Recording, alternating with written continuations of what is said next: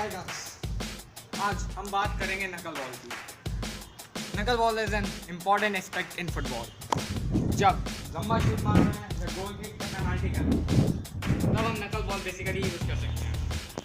लंबा शूट जाएगा, स्पिन मिलेगी अच्छा खासा, अच्छी भी देगी। नकल बॉल मारते वक्त बॉल पहले तो स्पिन नहीं करेगी, फिर बॉल स्पिन करते हुए अपनी डायरेक्शन चेंज करेगी। तो हम इसकी टेक्निक जानते हैं। नकल बॉल मारते वक्त हमें अपने लेग का यानी खुद का नकल हिस्सा यानी कि ये इतना पार्ट यूज करते हुए स्पिन मारना है। पहले हम बैक जाएंगे, एंगल 20 डिग्री का बनाते हुए आगे जाएंगे और ऐसे करके मारेंगे जिससे ये बॉल स्पिन करते हुए जाएगी और नकल बॉल पड़ेगी पूरा focus. Let me show you one example.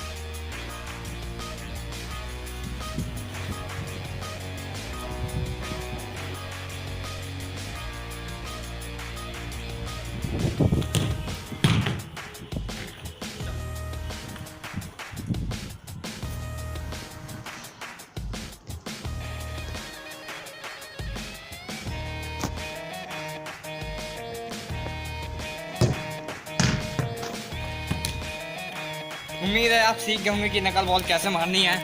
और अगर आपको हमारी वीडियो अच्छी लगी तो इसे लाइक और सब्सक्राइब ज़रूर कीजिए।